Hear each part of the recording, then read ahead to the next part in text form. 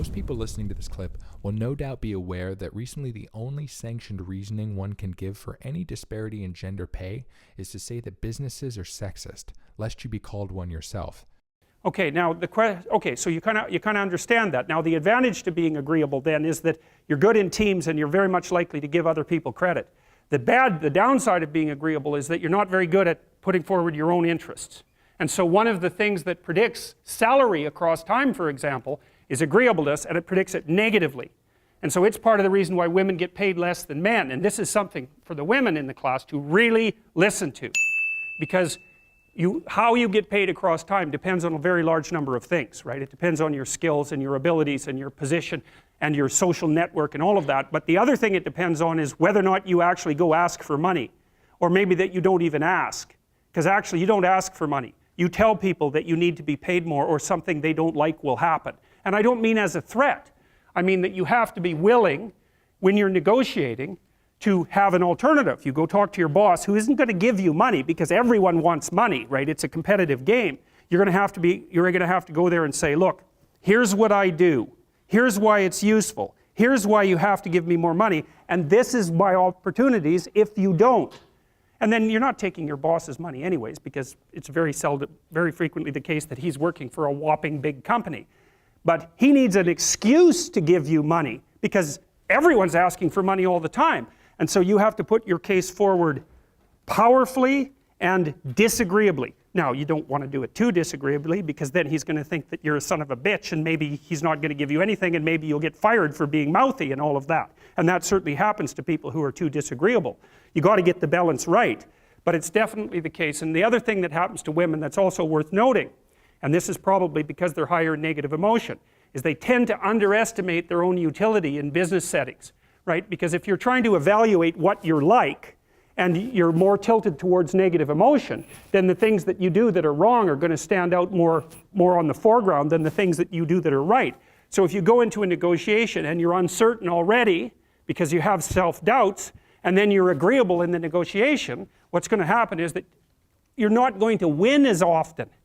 And winning in a business setting or in a career development setting means more opportunity for promotion and more revenue generated. Now, the downside of that, of course, is as you climb the business hierarchy is that you also have to take on more responsibility, and that responsibility is sometimes unpleasant as well, especially to people who are agreeable, because you're not necessarily liked if you're in a position of authority. And agreeable people really like to be liked. It's their primary motivator, because they're concerned about the maintenance, I would say, of intimate, positive relationships. And that also makes them conflict avoidant.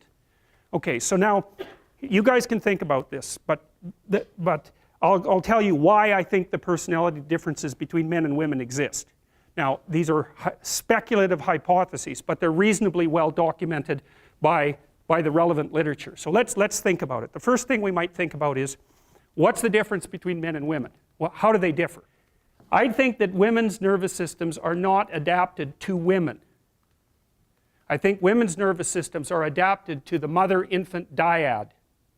And because you are not the same creature when you have an infant, not at all. You're way more vulnerable. And it's partly because you have to express the vulnerability of the infant, and you also have to care for it, right? So you think about an infant, especially under 9 months. So let's say, how are you going to be wired up if you're going to optimally care for an infant under 9 months? And I'm saying under 9 months because women generally do the bulk of childcare for infants who are under 9 months old. And part of the reason for that, there's a whole host of reasons, but part of the reasons for that, obviously, is that they breastfeed. But imagine what you need to be wired up biologically in order to care for an infant. First of all, they're very demanding, right? Because they're completely helpless, and they're demanding 24 hours a day, and it's quite a emotional load. And an infant under 9 months is never wrong. Right? What you do to an infant under 9 months is when they're in distress, you always respond. You never tell the infant, get your act together and stop whining, right? Which you can do, say, to a child that's 18 months old. You can start having that sort of conversation. But under 9 months, it's like nothing is the infant's fault. It's surrounded in an extraordinarily threatening world, and you have to be responsive to what it needs, regardless of what you want, and you have to be very sensitive to the threats that emerge in the environment. And so I think the price that women pay for that ability to have an intimate relationship with infants in the very earliest stages of development is that their nervous systems are actually wired so that they can perform that role optimally. And the disadvantage to that is that having a temperament like that doesn't work that well when you're dealing with adult men, especially when you're dealing with them in a business environment, because it's not the same thing. Not at all. It's a competitive environment. It's complicated for people who are agreeable and conscientious. And actually, I think often that large corporations and large institutions of any sort run on the unheralded labor of people who are high in agreeableness and high in conscientiousness, and they're disproportionately women. And my experience in large institutions has been that if you want to hire someone to exploit appropriately, no, not appropriately, if you want to hire someone to exploit productively, you hire middle-aged women who are hyper-conscientious and who are agreeable, because they'll do everything. They won't take credit for it and they won't complain. And that's nasty, and I think that happens all the time. And so one of the things you have to be careful of if you're agreeable is not to be exploited, because you'll line up to be exploited. And I think the reason for that is because you're wired to be exploited by infants. Look, I kind of get why it would suck for a woman to have to adopt certain skills that may come more naturally to some guys, but that's just the way it goes in a capitalist system. And by the way, I'm saying that as a guy who it didn't come naturally to. As a matter of fact, in my first job out of college, I was seriously taken advantage of for years, so much so that my immediate predecessor, who was younger and less educated, was able to make more money than me on day one, simply because he was a disagreeable little prick and knew how to drive home a bargain.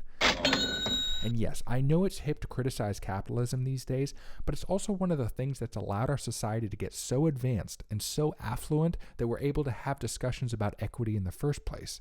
You think they're discussing things like this in Saudi Arabia? They're not. And speaking frankly, as far as I can tell, the fact of the matter is there are still way more options for women on the shape their lives can take. There are tremendous pressures put on men to achieve financially in their career, and for the most part, even the most progressive woman is going to make judgments of a man on this basis. I've taken my share of feminists out on dates. I tend to like women who identify as feminists, actually, for whatever reason. But you know how many of them have offered to pay? Yep, you guessed it. It's funny how that works. I think it's time we acknowledge that given what a short period of time men and women have been in the workforce together, it's actually worked out pretty well. To be fair, I think businesses should take steps to make sure women, or people in general, aren't taken advantage of, but a little more discomfort in learning to negotiate really isn't that much to ask for.